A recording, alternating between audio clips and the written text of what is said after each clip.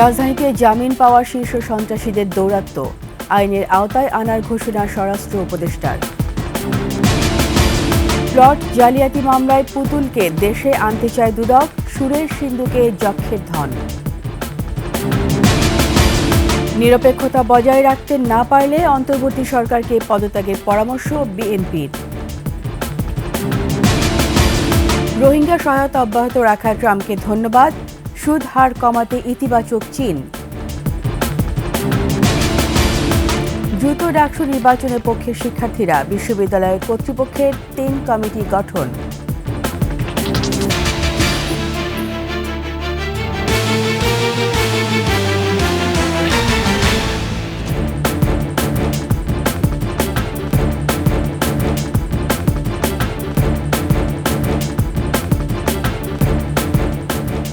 শুনছিলেন সংবাদ শিরোনাম। আমন্ত্রণ 21 সংবাদের সাথে আছি আমি রীতা চৌধুরী।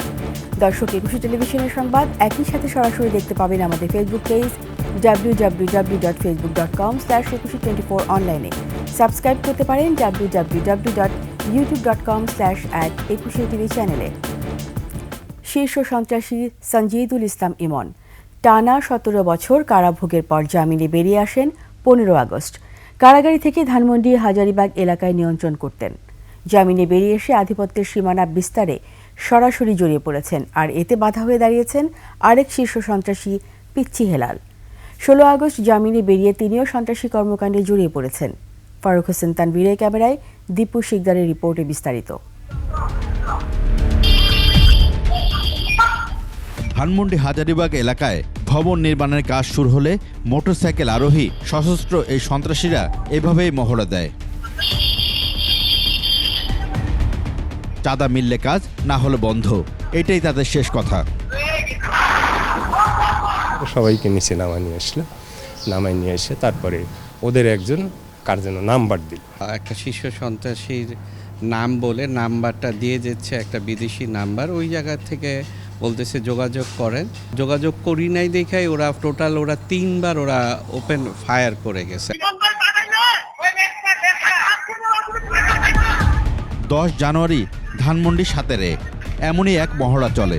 মোটরসাইকেল আরোহী সন্ত্রাসীরা গুলি চালিয়ে জানান দেয় শীর্ষ সন্ত্রাসী সঞ্জিদুল ইসলাম ইমন তাদের দলনেতা।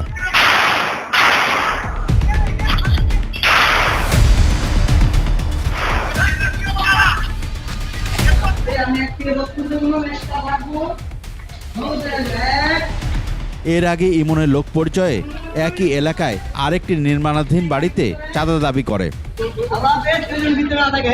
আয়সা এই ইঞ্জিনিয়ার বাইরে যতবারে নাম বলে ততবারই মারধর করে। বলছে যে আপনার এই ইমনের সাথে যোগাযোগ করে কাজ চালু করতে। ভবন মালিক, স্থানীয় বাসিন্দা, এমনকি প্রশাসনের উদ্দেশ্যেও হুমকি ছিল তাদের।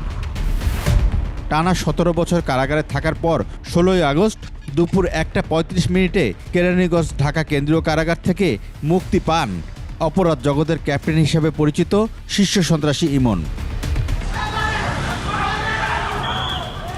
10 জানুয়ারি রাতে এলিফ্যান্ট রোডের মাল্টিপ্লান সেন্টারের সামনে আরও একটি সন্ত্রাসী ঘটনায় আলোচিত হয় ইমন বাহিনীর নাম।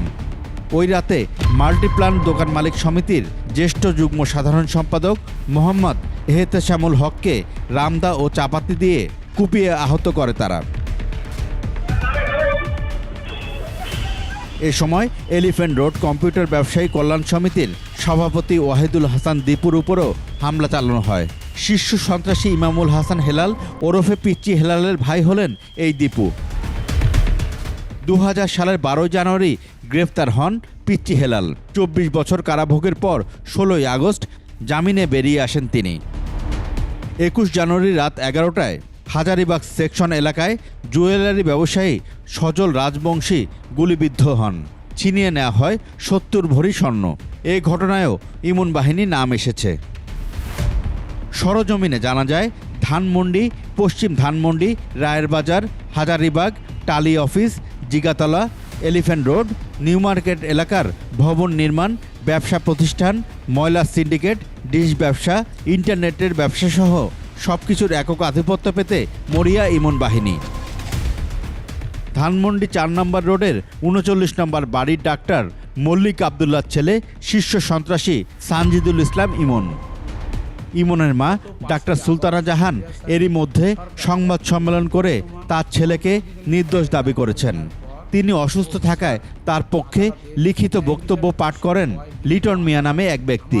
সে সময় দাবি করা হয় পিচ্চি হেলালের চক্রান্তে ইমনের নাম গণমাধ্যমে এসেছে।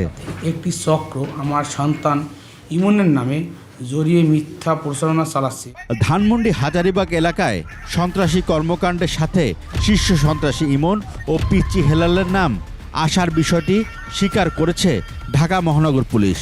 এলিফ্যান্ট রোডে যে ঘটনাটা ঘটেছিল সেখানে ইতিমধ্যে 2 জন স্বীকারোক্তিমূলক জবানবন্দি প্রদান করেছে। এর বাইরে আরো একজনকে গ্রেপ্তার করা হয়েছে।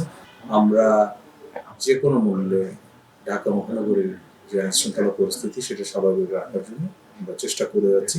শীর্ষ সন্ত্রাসীদের জামিন বাতিলের আবেদন করা হবে বলেও জানান তিনি।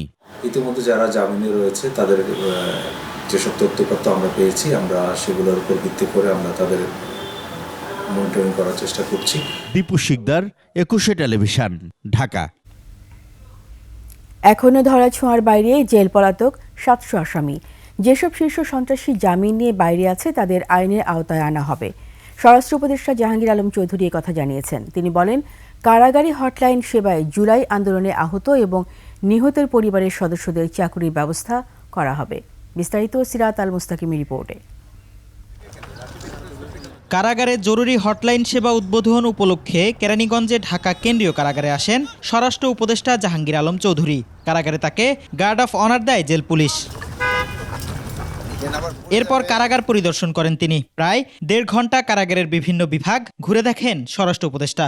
সে সময় তিনি কারা কর্মকর্তাদের কাছে বিভিন্ন বিষয়ে খোঁজখবর নেন। পরিদর্শন শেষে জরুরি হটলাইন সেবা উদ্বোধন করেন স্বরাষ্ট্র উপদেষ্টা। 5 আগস্টের আগে এবং পরে জেল ভেঙে পালানো আসামিদের বিষয়ে কথা বলেন তিনি। কথা বলেন জামিন পাওয়া শীর্ষ সন্ত্রাসীদের বিষয়ে। 700-এর মতো এখনো বাইরে রয়ে গেছে, আর যারা ছিল তাদের সবাইকে আবার বন্দি করে কারাগারে রাখা হয়েছে। তাদের আবার ধরে তাড়াতাড়ি আইনের আওতায় নিয়ে আনা হয়। যেই ধরা পড়বে তারই আইনের আওতায় নিয়ে আনা হবে। ছিনতাই চাঁদাবাজি হচ্ছে এবং যারা করতেছে তারা ধরাও পড়তেছে, আবার ছাড়া পাওয়ার পরে আবার তারাও আবার এর ভিতরে করতেছে। কারাগারের হটলাইন জরুরি নাম্বার থেকে আসামিদের সাথে দেখা করা, ফোনে কথা বলার সময়ও খোঁজ খবর নেওয়ার জন্য অ্যাপয়েন্টমেন্ট নিতে হবে এই সেবায়। কারাগারের এই জরুরি সেবার মাধ্যমে জনসাধারণ কারাগারে অন্তরীণ যে কোনো বন্দি সম্বন্ধে যেসব বিষয় জানতে পারবেন। এটার মাধ্যমে যে কোনো বন্দির আত্মীয় স্বজন এই সংবাদগুলি নিতে পারবেন। এই সেবায় জুলাই আন্দোলনে আহত এবং নিহতদের পরিবারের সদস্যদের চাকরির সুযোগ করে দেওয়া হবে বলেও জানান স্বরাষ্ট্র উপদেষ্টা। তাদের একটা কর্মসংস্থানের জন্য এখানে সুযোগ হয়, এটার ব্যবস্থা করব। সিরাত আল মুস্তাকিম, 21 টেলিভিশন, ঢাকা। প্লট জালিয়াতি মামলার আসামি সাবেক প্রধানমন্ত্রী শেখ হাসিনার মেয়ে সাইমা ওয়াজেদ পুতুলকে দেশে ফেরত আনতে চায় দুর্নীতি দমন কমিশন দুদক। এদিকে ব্যাংক হিসাবে 52.5 কোটি টাকার অস্বাভাবিক লেনদেন ও 4 কোটি 6 লাখ টাকার অবৈধ সম্পদ অর্জনের অভিযোগে সাবেক ধর্মমন্ত্রী ও তার স্ত্রীর বিরুদ্ধে মামলা হয়েছে। বিস্তারিত জানাচ্ছেন নাহিদ সিরাজি নিম্মি। সাইমা ওয়াজেদ পুতুলকে বিশ্ব স্বাস্থ্য সংস্থার দক্ষিণ পূর্ব এশিয়া অঞ্চলের আঞ্চলিক পরিচালকের পদ থেকে অপসারণের অনুরোধ জানিয়ে সংস্থাটিকে এরই মধ্যে চিঠি পাঠিয়েছে দুদক।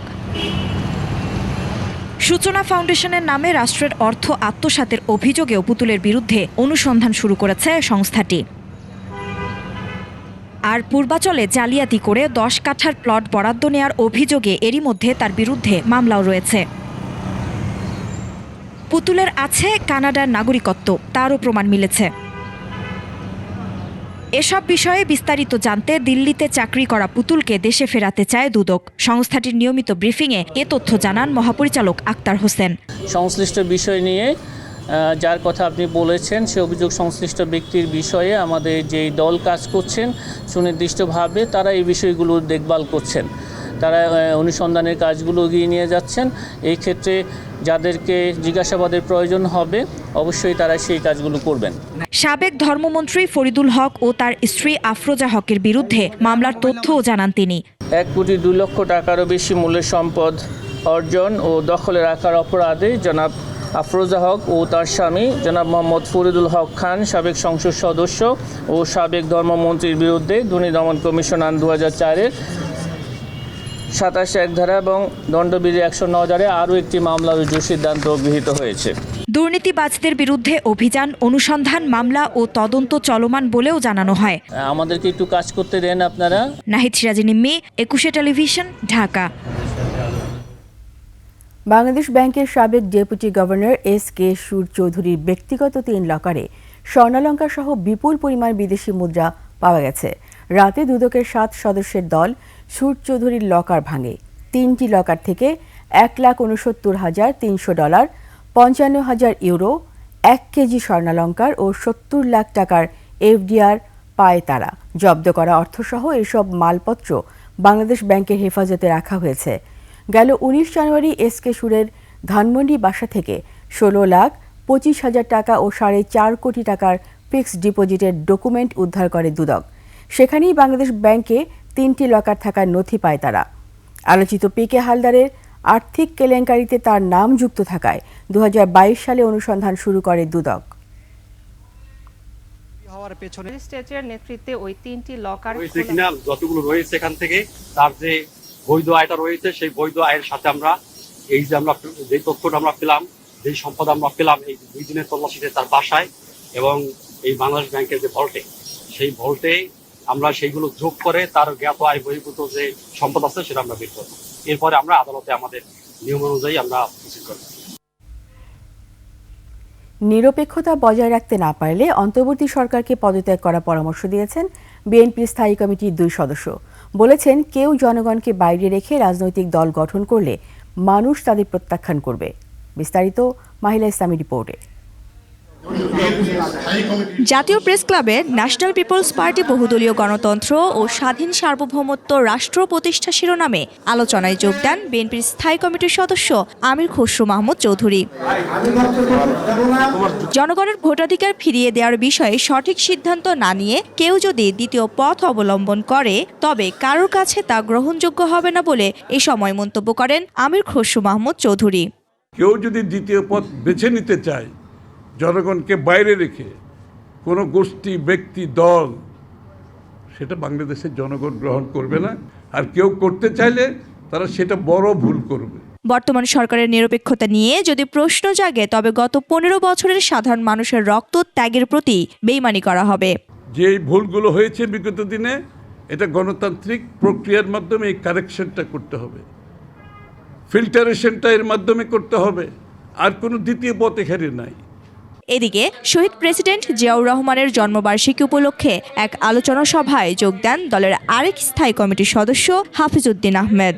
বলেন, অন্তর্বর্তী সরকার দুর্বল, তাই যত দ্রুত সম্ভব নির্বাচনের ব্যবস্থা করতে হবে। এই কয় মাসেই বোঝা গেছে আপনাদের দৌড় কতটুকু। ইলেকশনের কথা বললে তাদের চুল খাড়া হয়ে যায়। বা ইলেকশন কি কোনো অন্যায় কাজ, অপকর্ম? গত 16-17 বছর আমরা জীবন দিয়েছি, বারবার জেলে গেছি। দেশের মানুষ ফ্যাসিবাদের বিরুদ্ধে জীবন দিয়েছে মন্তব্য করে বিএনপি নেতারা বলছেন, এখন প্রয়োজন জাতীয় ঐক্য। আশা করি এই ঐক্যের পথে আপনারা কেউ বিরোধের প্রাচীর তুলে দেবেন না। মাহিলা ইসলাম, 21 টেলিভিশন, ঢাকা। রাজনৈতিক দলের সাথে অন্তর্বর্তী সরকারে কোনো দূরত্ব নেই বলে জানিয়েছেন আইন উপদেষ্টা আসিফ নজরুল। উপদেষ্টা পরিষদে বৈঠক শেষে সাংবাদিকদের কাছে এ মন্তব্য করেন তিনি। আর পরিবেশ উপদেষ্টা বলেন, শিক্ষার্থী উপদেষ্টারা যদি কোনো রাজনৈতিক দল গঠন করেন তবে সরকারি উপদেষ্টা পদ ছেড়ে দিয়েই তা করবেন। মফিউর রহমানের রিপোর্ট। চলমান রাজনৈতিক পরিস্থিতিতে রোববার আইন উপদেষ্টা নিজের ফেসবুক স্ট্যাটাসে বলেন, বিএনপির সঙ্গে গণঅভ্যুত্থানের ছাত্রনেতাদের কোনো দূরত্ব বা ভুল বোঝাবুঝি কাম্য নয়। পরে সচিবালয়ে সাংবাদিকদের এক প্রশ্নের জবাবে তিনি বলেন, নির্বাচনের সময় অন্তর্বর্তী সরকার যথেষ্ট নিরপেক্ষ থাকবে। এটা মাঝে মাঝে মনে হয় যোগাযোগ কম থাকলে মনে হয় গ্যাপ, আসলে কোনো গ্যাপ নাই, যোগাযোগ আরো বাড়ানো হবে। এটা রাজনৈতিক বক্তব্য হিসেবে বলছে, অন্য কিছু না। অন্তর্বর্তী সরকারই যথেষ্ট নিরপেক্ষ থাকবে বলে আমরা কনফিডেন্ট। উপদেষ্টা পরিষদে পরিবর্তন আসছে কিনা এমন প্রশ্নের জবাবে তিনি জানান, এমন কোনো খবর আপাতত তার কাছে নেই। আমরা এখানে জয়েন করার পর থেকে শুনতেছি মন্ত্রী পরিষদ পরিষদ চেঞ্জ হবে, উপদেষ্টা চেঞ্জ হবে, সেই হবে, সেরকম কোনো আলাপ হয়নি। ভবিষ্যতে হতে পারে, কিন্তু কোনো রকম মানে সুনির্দিষ্ট এজেন্ডা ভিত্তিক বা গুরুত্ব দিয়ে এই ব্যাপারে কোনো আলোচনা হয়নি, এটা আপনাকে নিশ্চিত করতে পারি। এদিকে রাজধানীতে আরেকটি অনুষ্ঠানে পরিবেশ উপদেষ্টা বলেন, ছাত্রদের নতুন রাজনৈতিক দল গঠনে মির্জা ফখরুল ইসলাম আলমগীরের বক্তব্যকে সতর্কবার্তা হিসেবে দেখছে সরকার। বিএনপির পক্ষ থেকে বা অন্যান্য রাজনৈতিক দলের পক্ষ থেকে যে কথাটা বলা হচ্ছে সেটা রাজনৈতিক শক্তি হিসাবে সতর্কতামূলক একটা বার্তা তারা দিতেই পারে। উপদেষ্টা পরিষদের কেউ রাজনৈতিক দল গঠন করছেন উপদেষ্টা পরিষদের থেকে, এটা আমার জানা। যেই রাজনৈতিক দল গঠন করুক না কেন, সরকার থেকে চলে গিয়েই তাকে সেটা করতে হবে। নির্বাচনে আওয়ামী লীগের অংশগ্রহণ বিষয়ে তিনি বলেন, কোনো দলের নির্বাচনে অংশগ্রহণ করার প্রক্রিয়া কিংবা মাঠে ফেরার প্রক্রিয়া সরকার বাতলে দেবে না। সরকারের পক্ষ থেকে আমরা বলেছি কোনো দল নির্বাচন করবে কি করবে না, কেমন করে রাজনীতির মাঠে ফিরবে বা ফিরবে না, সেটা সেই দলের উপর নির্ভর করে। এটার প্রক্রিয়া তো একটা সরকার বাতলিয়ে দিবে না। মফিউর রহমান, একুশে টেলিভিশন, ঢাকা। সরকারি সুযোগ সুবিধা নিয়ে নতুন দল গঠন বিষয়ে বিতর্কের অবসান সরকারের কাজের মাধ্যমেই ঘটতে পারে, এমনটা অভিমত বিএনপি নেতাদের। এদিকে রাজনৈতিক দলগুলোর মধ্যে সৃষ্ট চলমান বিতর্ককে ঐক্যের পথে প্রতিবন্ধকতা নয়, বরং গণতান্ত্রিক সৌন্দর্য হিসেবে দেখছেন কেউ কেউ। শিউলি শবনমের প্রতিবেদন। জুলাই অভ্যুত্থানে নেতৃত্ব দেয়া ছাত্রদের নতুন রাজনৈতিক দল গঠন থেকে শুরু করে দ্রুত সময়ে নির্বাচন দেয়া সহ বিভিন্ন ইস্যুতে দেশের রাজনৈতিক অঙ্গন এখন উত্তপ্ত। নানান বক্তব্য বিবৃতিতে অভ্যুত্থান পরবর্তী জাতীয় ঐক্য ধরে রাখা নিয়েও দেখা দিয়েছে উদ্বেগ। প্রধান রাজনৈতিক দল বিএনপি বলছে, সরকারি ছত্রছায়ায় থেকে রাজনৈতিক দল গঠনের প্রক্রিয়া শুরু করা অনৈতিক। তবে রাজনৈতিক দল গঠনের আগ পর্যন্ত এই প্রক্রিয়ায় কোনো সমস্যা দেখছে না এবি পার্টি। এখন পর্যন্ত তো সে কোনো দলের না, এখন পর্যন্ত তারা তো একটা প্ল্যাটফর্মের সাবেক নেতা। এই বাস্তবতাটার ভিতরে তো আমি তো কোনো অন্যায্যতা দেখতে পাচ্ছি না। সরকারি সুযোগ সুবিধা নিয়ে দল গঠন করতে গেলে সেই সরকার আর নিরপেক্ষ সরকার বা সকলের কাছে গ্রহণযোগ্য সরকার নাও থাকতে পারে। 1-11-এর তিক্ত অভিজ্ঞতা বিএনপির জন্য ভীতিকর বলেই সরকারের নিরপেক্ষতা নিয়ে দলটি প্রশ্ন তুলেছে বলে মন্তব্য এবি পার্টির এই নেতার। তবে বিএনপি নেতারা বলছেন, সুষ্ঠু নির্বাচন নিয়ে মানুষের মনে দেখা দিতে পারে সন্দেহ। সৎসাহস থাকলে পরে অতি দ্রুত সরকার থেকে পদত্যাগ করে নতুন ভাবনার সঙ্গে যাওয়াটা সৎ রাজনৈতিক চিন্তার কারণ হবে বলে মনে হয়।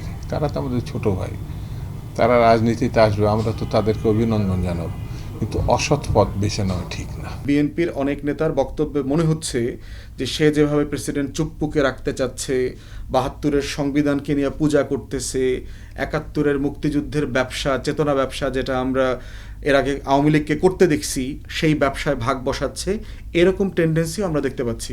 কিন্তু আমরা বোধ করছি এটা একটা পলিটিক্যাল ডিসকাশন। এই আলাপটা দ্বিমত থাকার ভিতরে আমি কোনো দোষ দেখতে পাচ্ছি না। দিন শেষে এটাই হচ্ছে নতুন প্রজন্মের রাজনীতি। তর্ক বিতর্ক ও মতানৈক্য চলমান থাকলেও রাজনৈতিক ঐক্যে কোনো ফাটল নেই বলছেন রাজনীতিবিদরা। শিউলি শবনম, একুশে টেলিভিশন, ঢাকা। রোহিঙ্গাদের জন্য সহায়তা অব্যাহত রাখায় যুক্তরাষ্ট্রের প্রেসিডেন্টকে ধন্যবাদ জানিয়েছেন প্রধান উপদেষ্টা। রোববার সংবাদ সম্মেলনে এই তথ্য জানিয়েছে তার প্রেস উইং। সে সময় প্রধান উপদেষ্টার সাম্প্রতিক সুইজারল্যান্ড সফরকে সফর বলে জানান প্রেস সচিব। মেহেদী হাসানের রিপোর্ট। প্রধান উপদেষ্টার সুইজারল্যান্ড সফরের পর তার প্রেস উইংয়ের এই সংবাদ সম্মেলন। শুরুতে সফরে প্রধান উপদেষ্টার ৪৭টি বৈঠকের বিস্তারিত তুলে ধরেন তার প্রেস সচিব। বলেন, বিশ্ব নেতাদের সাথে হওয়া প্রতিটি বৈঠকে প্রধান উপদেষ্টা শেখ হাসিনার আমলে দেশ থেকে পাচার হওয়া টাকা ফিরিয়ে আনার উপর গুরুত্ব আরোপ করেছেন। সাড়াও পেয়েছেন যথেষ্ট। গ্লোবালি এটা আপনি যদি দেখেন, এটা খুব স্লো প্রসেস, পাচারকৃত টাকাটা ফিরিয়ে আনা। বাট এটার জন্য যত দ্রুত মুভ নেওয়া দরকার, ইন্টারিম গভর্নমেন্ট প্রত্যেকটা মুভই নিয়েছে। যেই টাকাটা চুরি হয়েছে, এটা বাংলাদেশের খেটে খাওয়া মানুষের টাকা, তাদের টাকাটা চুরি করে নিয়ে গেছে শেখ হাসিনার চোরতন্ত্রের লোকজন। তো সেই টাকাটা আমরা যেভাবে হোক ফিরিয়ে আনবো, এবং সেই জন্য যেটা লাগে যে গ্লোবালি আমাদের একটা সমর্থনটা আমরা চাচ্ছিলাম, এবং সবাই অকুণ্ঠ সমর্থন দিয়েছে। এদিকে ট্রাম্প প্রশাসন বিশ্বজুড়ে আগামী ৯০ দিনের জন্য সব ধরনের মার্কিন সহায়তা স্থগিত করলেও অব্যাহত থাকবে রোহিঙ্গাদের জন্য সহায়তা। এজন্য মার্কিন প্রেসিডেন্টকে ধন্যবাদ জানিয়েছেন প্রধান উপদেষ্টা। যেটা সাহায্য আসে সেটা রোহিঙ্গা নিয়েই। আপনি জানেন ইউএস এই 7 বছর ধরে যে রোহিঙ্গাদের যে একটা বড় অংশ বাংলাদেশে অবস্থান করছে, তাদের বিষয়ে ইউএস মোর দেন $2 বিলিয়ন দিয়েছে এবং আমরা আশা করছি এই যে তাদের যে কন্ট্রিবিউশনটা এটা কন্টিনিউ থাকবে এবং এটা কোনো ধরনের কোনো ইম্প্যাক্ট হবে না। প্রধান উপদেষ্টার সাম্প্রতিক সফর নিয়ে যারা অনলাইনে গুজব ছড়িয়েছে তাদের বিরুদ্ধে আইন অনুযায়ী ব্যবস্থা নেওয়া হবে বলেও জানান প্রেস সচিব। যারা গুজব ছড়াচ্ছে তাদের বিষয়ে তো আমরা, যদি এটা আইনের ব্যর্থ হয় অবশ্যই সেই ক্ষেত্রে আইনের যদি কোনো ভায়োলেশন হয় সেটা তো আইনি একটা ব্যবস্থার বিষয় আছে। ভারতীয় গণমাধ্যমে শেখ হাসিনার স্বরাষ্ট্রমন্ত্রী আসাদুজ্জামান খান কামালের সাম্প্রতিক সাক্ষাৎকারের বিষয়ে দৃষ্টি আকর্ষণ করা হলে তাকে বাংলার কসাই বলে উল্লেখ করেন শফিকুল আলম। আসাদুজ্জামান খান কামাল হচ্ছে বাংলাদেশের কসাই। মেহেদি হাসান, 21 টেলিভিশন, ঢাকা। চলমান প্রকল্পে সুদের হার কমানোর প্রস্তাবে চীনের ইতিবাচক সাড়া মিলেছে বলে জানিয়েছেন পররাষ্ট্র উপদেষ্টা মোহাম্মদ তৌহিদ হোসেন। রাজধানী পূর্বাঞ্চলে হাসপাতাল নির্মাণে চীনের আগ্রহ নিয়েও বিস্তারিত আলোচনা হয়েছে বলে জানান উপদেষ্টা। বিস্তারিত আকবর হোসেন সুমনের রিপোর্টে। সম্প্রতি চীনে 3 দিনের রাষ্ট্রীয় সফর শেষে দেশে ফিরেছেন পররাষ্ট্র উপদেষ্টা। প্রকল্প ঋণে সুদের হার কমানো ও পরিশোধের সময়সীমা বাড়ানো সহ বেশ কয়েকটি প্রস্তাব হাতে নিয়েই দেশটির পররাষ্ট্রমন্ত্রীর সঙ্গে দ্বিপক্ষীয় বৈঠক হয়েছে। ইস্যুগুলো নিয়ে সাংবাদিকদের সঙ্গে আলাপকালে চীনের ইতিবাচক আশ্বাসের কথা জানান উপদেষ্টা। ঋণের সুধারের ব্যাপারে যেটা হিসাবে দেখা গেল যে আসলে যত মনে করা হয় যে চীনের ঋণের সুধার শুধু বেশি অন্যদের নয়, সেটা কিন্তু আমরা প্রমাণ অতটা করতে পারিনি, কারণ 3%-এর বেশি না তাদের ঋণের সুধার, অথচ অনেক একেবারে আন্তর্জাতিক ডোনর এজেন্সি যেগুলো আছে তাদেরও দেখা যায় যে প্রকৃত ঋণের সুধারের চেয়ে বেশি, 4, 4.5, 5 পর্যন্ত হয়ে যায়। তো যাই হোক, তারপরে তারা আশা দিয়েছে যে তারা এটা দেখবে, যদি সম্ভব হয় কমানোর, তারা কিছুটা কমানোর চেষ্টা করবে, এটুকু আশ্বাস আমরা পেয়েছি। আলাপ হয়েছে ঢাকার উপকণ্ঠে পূর্বাচলে একটি চীনা হাসপাতাল নির্মাণের জমি সহ সংশ্লিষ্ট ইস্যুতে। একটি হসপিটাল তারা তো করে দিতে আমাদেরকে রাজি হয়েছে, বড় হসপিটাল, সেটার স্থান নির্বাচন নিয়ে কথাবার্তা চলছে। আমি বলেছি যে আমরা আমাদের হাতে সুন্দর জায়গা আছে হচ্ছে পূর্বাচলে, এবং পূর্বাচলে অনেক প্রতিষ্ঠান চলে যাচ্ছে এখন ইতিমধ্যেই, কাজে সেখানে আমরা তাদেরকে স্থান দিয়ে দেব। এছাড়া পানি প্রবাহ সংক্রান্ত তথ্য বিনিময়ের বাস্তবায়ন পরিকল্পনার সই হয়েছে চীন সফরে। লক্ষণীয় কোনো পানি ফ্লো কমবে না, এটা তারা অ্যাসিওর করেছেন। আকবর হোসেন সুমন, 21 টেলিভিশন, ঢাকা। ঢাকা বিশ্ববিদ্যালয় কেন্দ্রীয় ছাত্র সংসদ ডাকসু নির্বাচনের জন্য 3টি কমিটি গঠন করেছে বিশ্ববিদ্যালয় কর্তৃপক্ষ। কমিটির সুপারিশ অনুযায়ী নির্বাচন হবে, তবে দ্রুত নির্বাচনের পক্ষে শিক্ষার্থীরা। নির্বাচিত ছাত্র প্রতিনিধি কর্তৃপক্ষের সাথে আলোচনা করে ক্যাম্পাসের সব সমস্যা দূর করতে পারবে বলেও মত তাদের। বিস্তারিত তানজিলা তাসনিমের রিপোর্টে। দীর্ঘ 6 বছর ধরে ডাকসু নির্বাচন নেই। জুলাই গণ অভ্যুত্থানের আগে থেকেই এ নিয়ে সরব ছিলেন শিক্ষার্থীরা, তবে ছাত্রলীগের একচ্ছত্র আধিপত্যের কারণে নির্বাচন হয়নি। পরিবর্তিত পরিস্থিতিতে নির্বাচন নিয়ে সরব সাধারণ ছাত্ররা। শিক্ষার্থীরা বলছেন, ছাত্র বা ক্যাম্পাসের যে কোনো সমস্যা নিয়ে বিশ্ববিদ্যালয় কর্তৃপক্ষের সাথে আলোচনা করতে নির্বাচিত প্রতিনিধির কোনো বিকল্প নেই। লেজর ভিত্তিক পলিসি দূরে থাকার জন্য আমাদের এই রিপ্রেজেন্টেটিভ বা ডাকসুটা খুবই গুরুত্বপূর্ণ। আমাদের অতি দ্রুত ডাকসু নির্বাচন প্রয়োজন। ক্যাম্পাসে নির্যাতিত হয়েছে, এদের বিচার সম্পন্ন হওয়ার পরে আমি ডাকসু নির্বাচনটা চাই। 28 বছর পর সবশেষ ডাকসু নির্বাচন অনুষ্ঠিত হয় 2019 সালের 11 মার্চ। ওই নির্বাচনে ভিপি নির্বাচিত হন ছাত্র অধিকার পরিষদ নেতা নুরুল হক নূর। তবে 25টি আসনের 23টিতেই ছাত্রলীগ নেতাদের জয়ী ঘোষণা করা হয়। নির্বাচনে অনিয়ম অভিযোগ ওঠে সে সময়। এটা আসলে নিরপেক্ষ ছিল না এবং এটা বলতে গেলে আসলে ছাত্রলীগের ফেভারে গিয়েছে। সেটাকে আসলে নামে মাত্র নির্বাচন বলাটাই ফেয়ার হবে। ঢাকা বিশ্ববিদ্যালয়ের উপাচার্য অধ্যাপক নিয়াজ আহমদ খানও ডাকসু নির্বাচনের প্রয়োজনীয়তা উপলব্ধি করেছেন। জানান, নির্বাচন নিয়ে কাজ শুরুর কথা। সাধারণ ছাত্র, শিক্ষক সবার সাথে আলোচনা করে একটা ডাকসুর ওভারঅল টাইম, কাঠামো ইত্যাদি নিয়ে কিছু আলোচনা, অর্থাৎ কাজ কিন্তু চলছে। ক্যাম্পাসে ছাত্র রাজনীতি থাকবে কি থাকবে না সে বিষয়েও কথা বলেন তিনি। আমরা একটা কমিটি করে দিয়েছি যারা আমাদেরকে এই বিষয়ে পরামর্শ দেবেন যে এর ক্যাম্পাসে ছাত্র রাজনীতি গতি প্রকৃতি কেমন হবে। বিভাজন ও বৈষম্য বিরোধী বিশ্ববিদ্যালয় গড়াই মূল লক্ষ্য বলে জানালেন উপাচার্য অধ্যাপক নিয়াজ আহমদ খান। ছাত্রছাত্রীর সমস্যা সমাধানের জন্য প্রয়োজন নির্বাচিত ছাত্র প্রতিনিধির। ঢাকা বিশ্ববিদ্যালয়ের শিক্ষার্থীদের দাবি এবং বিশ্ববিদ্যালয় প্রশাসনের সহায়তায় হয়তো তারা পুনরায় পেতে চলেছে একটি নির্বাচিত এবং নিরপেক্ষ ছাত্র সংসদ। তানজিলা তাসনিম, 21 টেলিভিশন, ঢাকা। 7টি কলেজের শিক্ষার্থীরা অবরোধ তুলে নিলেও এখন ঢাকা বিশ্ববিদ্যালয়ের দিকে যাচ্ছেন তারা। সেখানে আছেন সহকর্মী মাহতাব মিনহাজ। আমরা এখন চলে যাচ্ছি তার কাছে।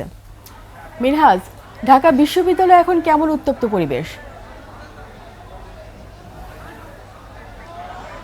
রীতা, আপনাকে ধন্যবাদ। রীতা, আপনি যেমনটি জানেন, আজ বিকেল থেকে 7 কলেজের যে শিক্ষার্থীরা তারা 5টি দাবি নিয়ে ঢাকা ইউনিভার্সিটিতে প্রভিসির কাছে গিয়েছিলেন, কিন্তু তারা অভিযোগ করেছেন যে আসলে প্রভিসি তাদের সঙ্গে অসৌজন্যমূলক আচরণ করেছেন। তার প্রতিবাদে কিন্তু তারা সন্ধ্যা থেকে সায়েন্স ল্যাব মোড়ে কিন্তু তারা অবস্থান করেছেন। কিন্তু আমরা যেমনটি দেখেছি, তারা কিছুক্ষণ আগে আপনি দেখতে পাচ্ছেন যে তারা হচ্ছে ঢাকা ইউনিভার্সিটির ক্যাম্পাসে আসলে প্রবেশ করার চেষ্টা করছেন।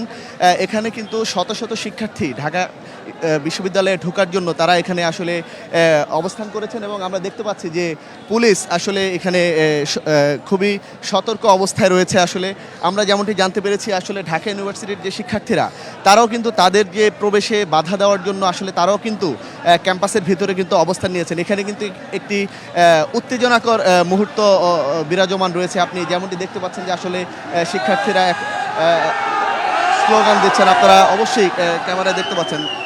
রীতা, আপনি যেমনটি জানেন যে আসলে ঢাকা ইউনিভার্সিটির অধিভুক্ত যে 7 কলেজ রয়েছে, আসলে তারা যে 5টি দাবি করেছেন, আমি একটু আপনাকে বলতে চাই দর্শকদের সুবিধার জন্য। আসলে তারা দাবি করেছেন যে আসলে 2024-25 সেশনে 7 কলেজে ভর্তি পরীক্ষা অযৌক্তিক কোটা পদ্ধতি বাতিল করতে হবে, শ্রেণীকক্ষের ধারণ ক্ষমতার বাইরে শিক্ষার্থী ভর্তি না করা সহ শিক্ষক শিক্ষার্থী অনুপাতে বিবেচনায় নিয়ে শিক্ষার্থী ভর্তি করা ভর্তির ভর্তি পরীক্ষায় যে ভুল উত্তর তার জন্য হচ্ছে আপনার যে নম্বর কাটার বিষয়টি কিন্তু তাদের দাবির মধ্যে রেখেছেন এবং 7 কলেজের ভর্তি ফির যে স্বচ্ছতা সেটি নিশ্চিত কিন্তু তারা দাবি করেছেন। মন্ত্রণালয় গঠিত বিশেষজ্ঞ কমিটির সঙ্গে সমন্বয় করে ঢাকা বিশ্ববিদ্যালয় ব্যতীত নতুন অ্যাকাউন্টে ভর্তি ফি জমা দিতে হবে বলেও তারা এই দাবিটি করেছেন। তারা কিন্তু এই দাবি নিয়ে এই মুহূর্তে অবস্থান করেছেন। আমরা একটু চেষ্টা করব একজন আন্দোলনরত শিক্ষার্থীর সঙ্গে কথা বলতে। আসলে আপনারা এই মুহূর্তে এখানে আসলে দাঁড়িয়েছেন, আপনারা কি কোথায় যাবেন বা কিসের জন্য দাঁড়িয়েছেন? আমাদের এখানে কোথাও যাওয়ার উদ্দেশ্য নয়, আমাদের উদ্দেশ্য হচ্ছে যে আমাদের 7 কলেজে আমাদের যে 5টা দাবি ছিল, সেই দাবি পূরণের জন্য আমরা আজকে প্রভিসির কাছে গেছিলাম, কিন্তু তারা আমাদের দাবিকে উপেক্ষা করে তারা আমাদেরকে অপমানজনকভাবে আমাদেরকে ফিরিয়ে দিয়েছে এবং আমাদের কলেজ নিয়ে তারা তিরস্কার করেছে। আমাদের এখন এখানে আসার উদ্দেশ্য হলো হাবিব প্রভিসি যেন আমাদের কাছে এসে সে মানে মাপ চেয়ে যায়, এটাই আমাদের উদ্দেশ্য এখানে আসার। আমরা আরেকজন আন্দোলনকারীর সঙ্গে কথা বলতে চাই। আসলে আপনাদের দাবিগুলো আমরা শুনেছি যে প্রভিসি মেনে নেয়নি। আসলে এই মুহূর্তে যে অবস্থানটি, আপনারা আসলে আপনার ভিতরে প্রবেশ করতে চান, আসলে ভিতরে কি কোনো আপনারা বাধার সম্মুখীন? না, আমরা আসলে ভিতরে প্রবেশ করতে চাই না। আমাদের যেটুকু দায়িত্ব ছিল যে আমরা আমাদের সীমানা দেশি, কারণ আমরা অন্য ক্যাম্পাসে কেন ঢুকবো, আমাদের তো সে রাইট নাই। আমরাও স্টুডেন্ট, ঢাবিরও তারাও স্টুডেন্ট। আমরা আমাদের জায়গা থেকে প্রতিবাদ করছি, তাদের ভিতরে ঢুকতে হবে, এটা দ্যাটস রাইট। বাট আমাদের প্রতিবাদ হচ্ছে আমাদের এই অবরোধের মূল কারণ মামুন স্যারের পদত্যাগ করতে হবে। কারণ আপনাকে অসংখ্য ধন্যবাদ। রীতা, আমরা একটু এখানে যে পুলিশ কর্মকর্তা রয়েছেন, আমরা একটু তার সঙ্গে কথা বলতে চাই। আমরা সরাসরি সম্প্রচারে রয়েছি, একটু বলবেন আসলে এখন কথা বলার মতো মোড়ে নাই ভাই, এখন এই মুহূর্তে কথা বলার মতো মোড়ে নাই আমি। রীতা, আপনারা আসলে আপনি যেমনটি শুনতে পেয়েছেন, আসলে এখানে উত্তেজনাকর পরিস্থিতি বিরাজমান রয়েছে। নিশ্চয়ই কিছুক্ষণ পরে আমরা হয়তো পরবর্তী সংবাদে এখানের যে সর্বশেষ অবস্থা সেটি আপনাদেরকে জানাতে পারবো। ধন্যবাদ মিনহাজ। দর্শক, আমরা দেখলাম ঢাকা বিশ্ববিদ্যালয় উত্তপ্ত পরিবেশ। চলে যাচ্ছি পরের সংবাদে। নির্বাচন ব্যবস্থার সংস্কার কমিশনের অনেক সুপারিশ সুষ্ঠু নির্বাচনে অন্তরায় বলেছেন প্রধান নির্বাচন কমিশনার AMM নাসির উদ্দিন। একই সঙ্গে বলেছেন, সুপারিশ যেমনই হোক, স্বাধীনতার ব্যত্যয় হলে সুষ্ঠু নির্বাচন সম্ভব হবে না। এ সময় ডিসেম্বরে জাতীয় নির্বাচন করার প্রস্তুতির কথাও জানান CEC। আরও জানাচ্ছেন প্রণব চক্রবর্তী। নির্বাচন কমিশন সংশ্লিষ্ট সাংবাদিকদের সংগঠন reporters forum for election and democracy আয়োজন করে RFED টক। এতে অংশ নিয়ে প্রধান নির্বাচন কমিশনার AMM নাসির উদ্দিন কথা বলেন নির্বাচন ব্যবস্থা সংস্কার কমিশনের সুপারিশ বিষয়ে। সুপারিশ তো অনেক দেওয়া যায়, যিনি বাস্তবায়ন করেন তিনি জানেন যে whether it is really practicable, whether it is really implementable or not. আমাদের চাইতে স্বাধীনতার মধ্যে আরেকটা স্বাধীন দিলে তার আরেকটা মুশকিল। সারা দেশে ভোটার তালিকা হালনাগাদের কাজ চলছে জানিয়ে CEC বলেন, এই তালিকা তৈরির পর নিয়ন্ত্রণ অন্য কারো কাছে থাকুক, সেটা চায় না কমিশন। আমার যে ভোটার রেজিস্ট্রেশন অন্য কাছে দিয়ে দেওয়া অথবা যে ডিলিমিটেশন অন্যের কাছে দেওয়া, এটা আমার নির্বাচন কমিশনের যে ম্যান্ডেট, কনস্টিটিউশনাল ম্যান্ডেট সম্পূর্ণ বিরুদ্ধে, স্পিরিটের বিরুদ্ধে। আমাদের জন্য এটা এ ধরনের সুপারিশ গ্রহণযোগ্য না। ডিসেম্বরের মধ্যে জাতীয় নির্বাচন আয়োজনে সর্বোচ্চ চেষ্টা করছে কমিশন। প্রধান নির্বাচন কমিশনার বলেন, এর জন্য আইনি বাধা দূর করার পাশাপাশি সম্পন্ন করতে হবে রাজনৈতিক দলগুলোর নিবন্ধন। আওয়ামী লীগের জন্য না, শুধু যারা রেজিস্টার থাকে ওই দিন পর্যন্ত আমরা অপেক্ষা করছি, ওই পর্যন্ত শিডিউল ডিক্লেয়ার আগ পর্যন্ত কতটা পার্টি রেজিস্টার থাকে আমরা দেখতে চাই। আওয়ামী লীগ নিয়ে অনেক পলিটিক্যাল ডিবেট চলছে। ডিসেম্বরে ইলেকশন হবে করে বসে থাকলে হবে না। সুতরাং আমাকে আইন কানুন বিধি বিধান এগুলা দ্রুত ফিক্স করে অক্টোবরের মধ্যে যাতে আমি প্রস্তুতি নিতে পারি সেরকম ব্যবস্থা করতে হবে। স্থানীয় সরকার নির্বাচনের জন্য সময় লাগবে আরও 1 বছর। তবে আগামীর সব ভোট উৎসবে জনগণের স্বতঃস্ফূর্ত অংশগ্রহণ আশা করে কমিশন। যদি আমাদের স্বাধীনতা অক্ষুণ্ণ থাকে, অ্যাটলিস্ট আমি যদি থাকি, স্বাধীনতা যদি অক্ষুণ্ণ থাকে, লোকাল গভর্নমেন্ট ইলেকশন আমরা একইভাবে একটা অত্যন্ত সুন্দর ইলেকশন আমরা করতে পারবো। প্রণব চক্রবর্তী, 21 টেলিভিশন, ঢাকা। তাড়াহুড়ো করে বাংলা একাডেমির সাহিত্য পুরস্কারে নাম ঘোষণা করা ভুল হয়েছে বলে স্বীকার করলেন একাডেমির মহাপরিচালক অধ্যাপক মোহাম্মদ আজম। তিনি বলেন, ঘোষিত তালিকায় কয়েকজনের বিরুদ্ধে জুলাই আন্দোলনে গণহত্যার অভিযোগ আসায় পুরস্কার স্থগিত করা হয়েছে। 3 দিনের মধ্যে যাচাই বাছাই করে আবার তালিকা প্রকাশ করা হবে বলে জানান তিনি। মহাপরিচালক বলেন, তদন্তের প্রয়োজনে গোয়েন্দা সংস্থার সহায়তা নেওয়া হবে। বর্তমান কাঠামো অনুযায়ী ফেলোরা যে তালিকা দেয় তার বাইরে যেতে পারে না নির্বাচক কমিটি, আর সেজন্যই বাংলা একাডেমির শিগগিরই সংস্কারের কাজ শুরু করা হবে। গত গণহত্যা এবং জনবিরোধী রাজনীতির সঙ্গে যদি কারো সরাসরি সংশ্লিষ্টতার কোনো প্রমাণ পায়, যেই অভিযোগ আমাদের সামনে এসেছে, আমরা সেটা একটু খতিয়ে দেখছি, অনুসন্ধান করছি। যদি এই ধরনের সরাসরি সাক্ষ্য প্রমাণ পাওয়া যায় তাহলে নিশ্চয়ই আমরা সেটা বাতিল করব। ক্ষমতাচ্যুত আওয়ামী লীগ সরকারের বিপজ্জনক অস্ত্র ছিল সফট পাওয়ার। আওয়ামী লীগের অলিগার্ক জেমকন গ্রুপের মতো ব্যবসায়ী প্রতিষ্ঠান সফট পাওয়ার কৌশলে শেখ হাসিনার জন্য এখনও দেশি বিদেশি মিডিয়া লবিং চালাচ্ছে বলে অভিযোগ করেন দ্য ফিউচার ফোরামের বক্তারা। মানিক শিকদারের রিপোর্ট। দ্য ফিউচার ফোরামের আয়োজনে ঢাকা রিপোর্টার্স ইউনিটিতে soft power hard abuse the media mafia of Awami League বিষয়ে সংবাদ সম্মেলন। সাবেক সরকার দেশি বিদেশি বিভিন্ন প্ল্যাটফর্ম ব্যবহার করে একটি নির্মম ও অগণতান্ত্রিক শাসনকে বৈধতা দেওয়ার চেষ্টা করেছিল, সেগুলো তুলে ধরেন বক্তারা। বাংলাদেশের যতগুলো নির্বাচন হয়েছিল যেখানে মানুষ ভোট দেয়নি, তারা তার পক্ষে কোনোদিন কথা বলেননি। তারা বরঞ্চ উৎসবে সামিল হয়েছিলেন প্রত্যেকটি নির্বাচনের পরের দিন গণভবনে। ডিজিটাল ও সাইবার সিকিউরিটি আইনের ব্যবহার করে ভিন্ন মত দমন করা হতো বলে অভিযোগ বক্তাদের। আলোচনায় উঠে আসে জেমকন গ্রুপের সাবেক ব্যবসায়িক অংশীদার আহসান আকবরের বিরুদ্ধে 2024 সালের মার্চ থেকে 2025 সালের 16 জানুয়ারি পর্যন্ত যুক্তরাজ্যে মামলা ও আইনি হয়রানির ঘটনাও। তখন কাজী আনিস, আমি যেটা সত্যি সেটা তো বলবো, সে নিজে এগিয়ে আসলেন। সে বলে যে না, আমি সাহিত্য অনুরাগী, আমি নিজে রাইটার, ওই সুবাদে পরিচয়। আমি তখন তাকে অসম্ভব পছন্দ করেছি, ওয়ান্ডারফুল গাই। কাজী আনিস পরিবারের পাচার করা অর্থ দিয়ে শেখ হাসিনার জন্য লবিং করেছেন বলেও অভিযোগ করেন বক্তারা। যার 1000 কোটি টাকা ঋণ রয়েছে, কারা ইন্টারন্যাশনাল নেটওয়ার্ক করে শেখ হাসিনাকে আবার ফিরিয়ে আনার চেষ্টা করছে। সংবাদ সম্মেলনে প্রতিটি ঘটনার সুষ্ঠু তদন্ত ও ন্যায় বিচারের উপর জোর দেওয়া হয়। মানিক শিকদার, 21 টেলিভিশন, ঢাকা। এবার আভিভা ফাইন্যান্স লিমিটেড বাণিজ্য সংবাদ।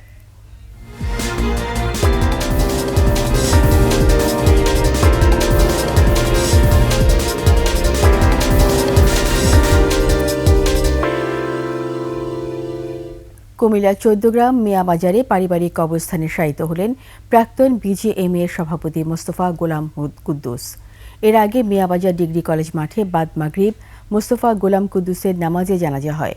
জানাজার পূর্বে বক্তব্য রাখেন বাংলাদেশ জামায়াতে ইসলামের নায়েবে আমির ও প্রাক্তন সাংসদ ডাক্তার সৈয়দ আবদুল্লাহ মোহাম্মদ তাহের, বিএনপির প্রাক্তন সাংসদ মনিরুল হক চৌধুরী, বিএনপি নেতা কাজী মনিরুজ্জামান, এলডিপির মহাপরিচালক মহাসচিব ডক্টর রেদওয়ান আহমেদ। উপস্থিত ছিলেন বিভিন্ন রাজনৈতিক, সামাজিক ও ব্যবসায়িক নেতৃবৃন্দ সহ উপজেলা নির্বাহী কর্মকর্তা এবং জেলা পুলিশ সুপার। সোশ্যাল ইসলামী ব্যাংকের গুলশান শাখার উদ্যোগে হয়ে গেল গ্রাহক সমাবেশ। অনুষ্ঠানের প্রধান অতিথি ছিলেন ব্যাংকের ব্যবস্থাপনা পরিচালক নাজমুস সাদাত। গুলশান শাখার ব্যবস্থাপক জুবায়ের সাদিকের সভাপতিত্বে সভায় উপস্থিত ছিলেন ব্যাংকের প্রিন্সিপাল শাখার ব্যবস্থাপক M A Motaleb, investment risk ম্যানেজমেন্টের প্রধান মাজহারুল হক, বনানী শাখার ব্যবস্থাপক মঈনুদ্দিন হোসাইন। সমাবেশে প্রায় 200 গ্রাহক যোগ দিয়ে ব্যাংকের সেবায় সন্তুষ্টি প্রকাশ করেন। ব্যাংকের প্রতি আস্থা রাখায় গ্রাহকদের ধন্যবাদ ও কৃতজ্ঞতা জানান ব্যবস্থাপনা পরিচালক নাজমুস সাদাত।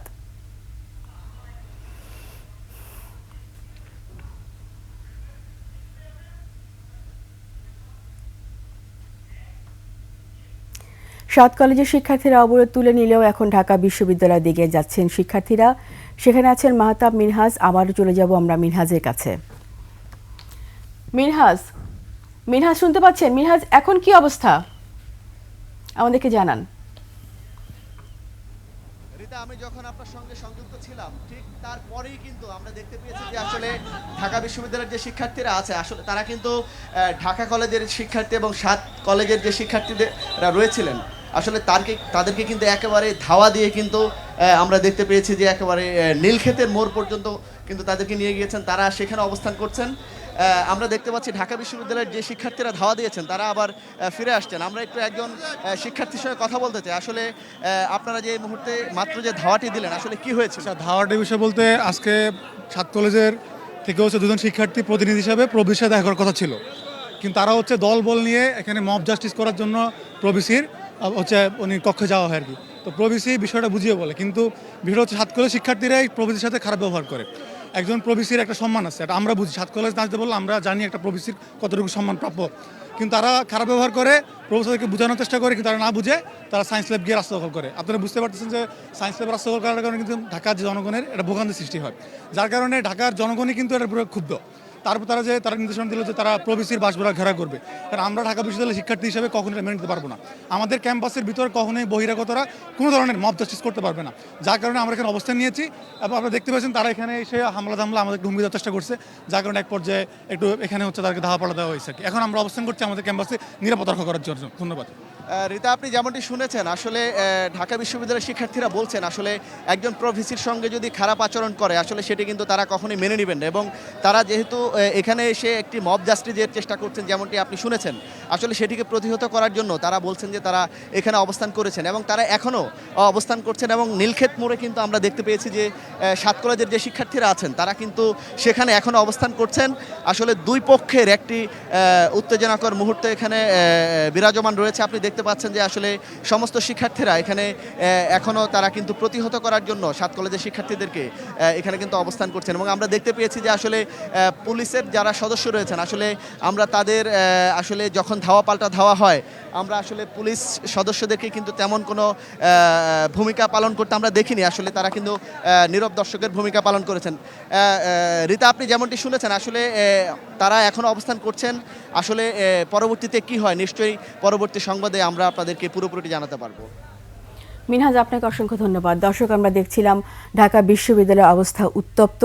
সেখানে সাত কলেজের শিক্ষার্থীরা অবরোধ করেছেন এবং বিশ্ববিদ্যালয়ের আশেপাশেই তারা অবস্থান নিয়েছেন। রাজধানী ইঞ্জিনিয়ার ইনস্টিটিউটে আজ হয়ে গেল ইঞ্জিনিয়ারদের শীতকালীন ব্যাডমিন্টন টুর্নামেন্টের ফাইনাল খেলা ও পুরস্কার বিতরণী অনুষ্ঠান। উপস্থিত থেকে খেলাটি উপভোগ করেন ও বিজয়ীদের হাতে পুরস্কার তুলে দেন আমাদের সম্পাদক মাহমুদুর রহমান। ছিলেন প্রকৌশলী, পেশাজীবী সংগঠনের অন্যান্য নেতৃবৃন্দ। সোহেল সামি রিপোর্ট। মনোমুগ্ধকর ব্যাডমিন্টন টুর্নামেন্টটি যৌথভাবে আয়োজন করে প্রকৌশলী পেশাজীবী সংগঠন আইইবি ও ইআরসি।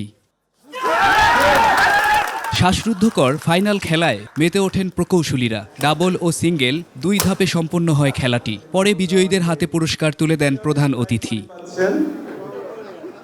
দীর্ঘদিন পর স্মৃতি বিজড়িত আইইউবিতে এসে আবেগ আপ্লুত হয়ে পড়েন তিনি। আমার প্রথম এবং প্রধান পরিচয় আমি একজন প্রকৌশলী, এবং আমি আমার সর্বশেষ পেশা অর্থাৎ সংবাদপত্র, সাংবাদিকতা, সম্পাদক হিসেবে যখন দায়িত্ব দিয়েছি তখন আমি মনে করেছিলাম আল্লাহর রহমতে এই পেশাতেও আমাকে সফল হতে হবে, কারণ আমার সফলতা এবং ব্যর্থতার পিছনে আমার প্রকৌশলী ইমেজ নির্ভর করছে। আমাকে প্রমাণ করতে হবে যে প্রকৌশলীরা যেখানেই যায় তারা সফল হয়। আমি সফল হয়েছি কিনা জানি না, তবে লড়াই করেছি এবং বাংলাদেশের স্বাধীনতা এবং জনগণের অধিকারের জন্য লড়াই করেছি। প্রকৌশলীদের এই হাড্ডাহাড্ডি প্রতিযোগিতা মুগ্ধ হয়ে উপভোগ করেন বিশেষ অতিথিরাও। মাহমুদুর রহমানকে পেয়ে তাদের আনন্দ আরও বেড়ে যায়। যে টুর্নামেন্ট দেখলাম তাদের বয়স অনুসারে সত্যি আমরা অভিভূত। আজকে তাকে দাওয়াত দিয়ে আমরা তাকে সম্মানিত করছি। আসলে এটা ঠিক না। উনি আজকে এখানে এসে আমাদের আমন্ত্রণ গ্রহণ করে তিনি আমাদেরকে সম্মানিত করেছেন। শেষে অতীত স্মৃতিচারণ ও খোশ গল্পে মেতে ওঠেন দেশসেরা এই প্রকৌশলীরা। 17.5 বছর পরে আমরা মুক্ত হয়েছি। We never lost our hope. We fought for the democracy, for the human rights. Sohel Sami, 21 television, Dhaka. এরই সাথে শেষ করছি রাতের 21 সংবাদ। যাবার আগে সংবাদ শিরোনামগুলো আরও একবার। রাজধানীতে জামিন পাওয়া শীর্ষ সন্ত্রাসীদের দৌরাত্ম্য আইনের আওতায় আনার ঘোষণা স্বরাষ্ট্র উপদেষ্টার। প্লট জালিয়াতি মামলায় পুতুলকে দেশে আনতে চায় দুদক, সুরের সিন্ধুকে যক্ষের ধন। নিরপেক্ষতা বজায় রাখতে না পারলে অন্তর্বর্তী সরকারকে পদত্যাগের পরামর্শ বিএনপির।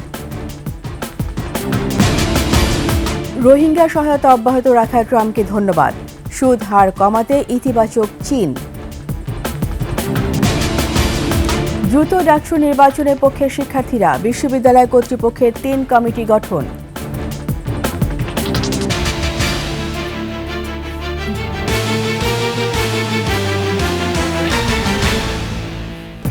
সবশেষ সংবাদ জানতে ডায়াল করুন 2021 নম্বরে, আর ভিজিট করুন 21-tv.com ওয়েবসাইটে। ফেসবুকে ভিজিট করতে পারেন www.facebook.com/2124 অনলাইনে। সাবস্ক্রাইব করতে পারেন www.youtube.com/@21tv চ্যানেলে। এতক্ষণ সঙ্গে থাকার জন্য সবাইকে ধন্যবাদ। পরবর্তী সংবাদ রাত 1টায় দেখার আমন্ত্রণ রইল। 21-এর সাথেই থাকুন।